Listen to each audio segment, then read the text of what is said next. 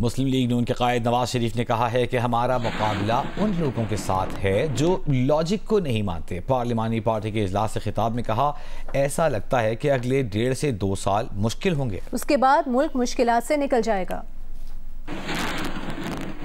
हमारा मुकाबला ऐसे लोगों के साथ है जो मैं समझता हूँ कि लॉजिक को नहीं समझते, ना मानते हैं। उनके नज़दीक लॉजिक कोई चीज़ नहीं है। तो हमें अपना जो है ना, वो अब वक्त आ गया है। हाँ, मुश्किल हालात हैं, बहुत मुश्किल हालात हैं। और पाकिस्तान के अवाम जो है वो सबसे बड़ा मसला उनका महंगाई का है। पहले जो है 1.5-2 साल ज़रा मुझे महसूस होता है कि मुश्किल के होंगे। इस मुश्किल में हमने बिल्कुल इस तरह से रहना है जी, एक होकर, और अपने मुखालफिन का भरपूर मुकाबला करना है। और इंशाअल्लाह मुझे बहुत यकीन है कि पाकिस्तान अगले 1.5-2 साल में इन मुश्किलात से बाहर निकल जाएगा। बानी पीटीआई की जानिब से IMF को खत लिख दिया गया है। पाकिस्तान को कर्जा देने से पहले इंतखाबात का ऑडिट करने की फरमाइश कर दी गई। ये खत रऊफ हसन ने बानी पीटीआई की जानिब से IMF की मैनेजिंग डायरेक्टर क्रिस्टलिना जॉर्जीवा के नाम लिखा है।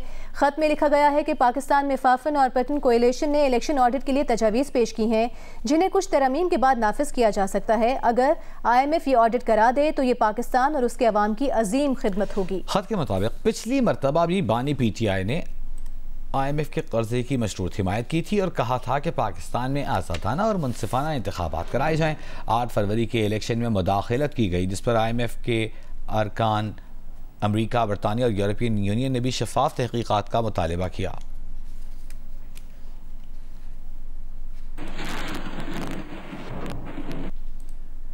मुस्लिम लीग नून के सदर शहबाज शरीफ ने कहा है कि सदर आरिफ अलवी कौमी असम्बली का इजलास ना बुलाकर आइन की धज्जियां उड़ा रहे हैं। बानी पीटीआई के इशारे पर माजी की तरह आज फिर आइन की खिलाफ वर्जी कर रहे हैं।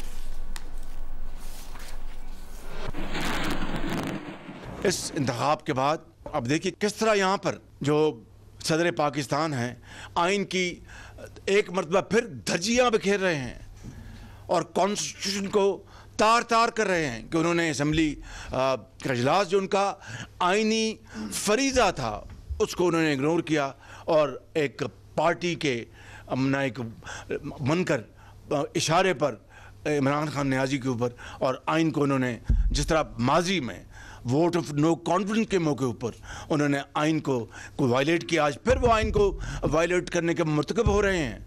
अब KP में अगर वो हलफ लिया जा रहा है तो वो यहाँ वहाँ पर आईनी है और यहाँ पर आईनी नहीं है। KP की जो असम्बली है वो आईनी है और यहाँ पर ये आईनी नहीं है। ये दोहरा मेयार, इसने मैं समझता हूँ कि हमारी जड़ों को एक कारी ज़रब लगाई है।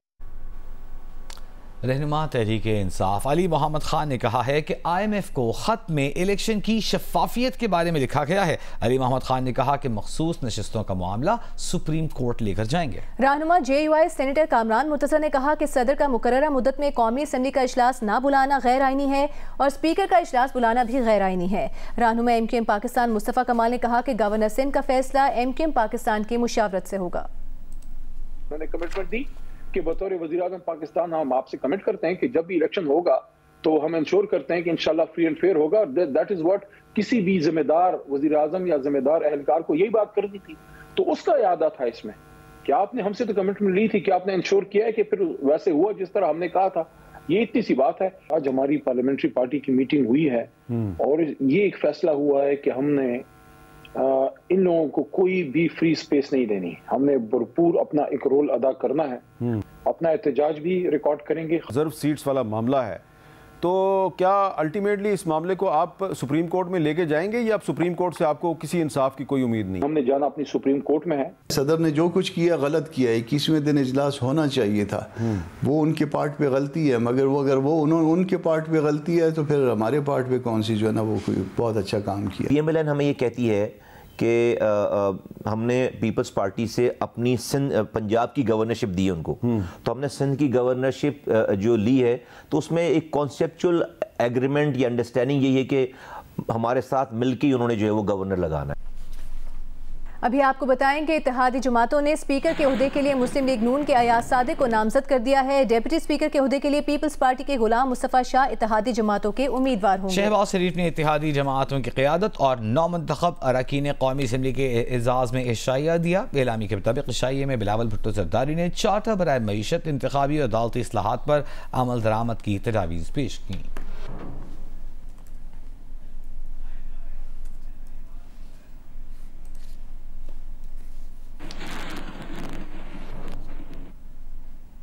इस वक्त मुस्लिम लीग नून के रहनुमा एहसन इकबाल दीगर सियासी रहनुमाओं के साथ मीडिया से गुफ्तगू कर रहे हैं। हमारी जिसको पीडीएम गवर्नमेंट कहते थे, उसके बाद वो कोलिशन गवर्नमेंट हुई, वो इस दफ़ा प्राइमरीली पीएमएल लेड गवर्नमेंट होगी और हम उसको बाहर से बैठ के सपोर्ट करते रहेंगे। जी मुस्तफा कमाल साहब। जी थैंक यू वेरी मच। ये MQM पाकिस्तान इस बात पे यकीन पहले दिन से रख रही है कि इस मुल्क के मसाइल को और आज के हालात को, जिस दलदल में ये मुल्क चला गया है और इसके लोग चले गए हैं और इसकी इकॉनमी, इसकी स्टेबिलिटी चली गई है, उसको कोई एक पार्टी इस कॉगमायर से बाहर नहीं निकाल सकती।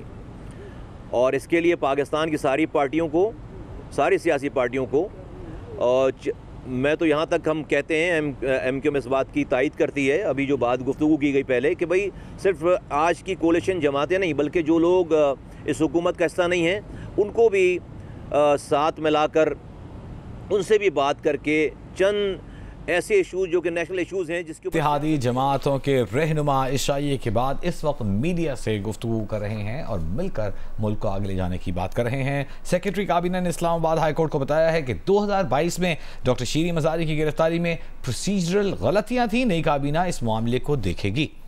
जस्टिस मोहसिन अख्तर कियानी ने रिमार्क्स दिए कि इंसानी हुकूक की खिलाफ वर्जी का मामला है। FIA और इस्लामाबाद पुलिस के किरदार को देखना है, ऑफिशियल्स के खिलाफ एक्शन को देखना है।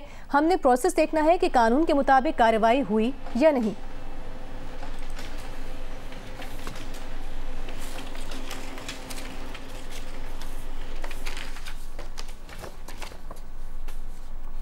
निगरान वज़ीर आज़म अनवारुल हक काकर ने इस्लामाबाद हाई कोर्ट को बताया है कि बलूचिस्तान में मुसल्लह जद्दोजहद और मुज़ाहमत का सामना है।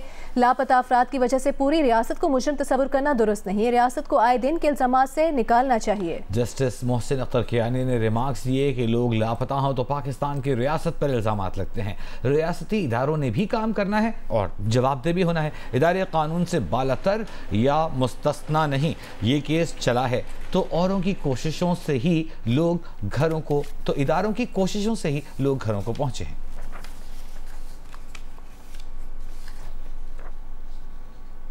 सेनेटर कोहदा बाबर ने कहा है कि डिप्टी कमिश्नर गवादर का बयान हकीकत के बरअक्स है। गवादर को हर सूरत आफत ज़दा करार दिया जाना चाहिए। DC साहब कहते हैं लिमिटेड एरिया मुतासिर है। वो क्या चाहते हैं, सारे गवादर वाले मर जाएं? बारिश से लोगों के घर और कारोबार तबाह हो गए हैं। गवादर में सैकड़ों घर अभी तक पानी की लपेट में हैं। शहर में रेस्क्यू करने की बजाय chairman municipal committee, DC Gwadar के साथ बैठकर सब अच्छा है कि पॉलिसी पर अमल पैरा है।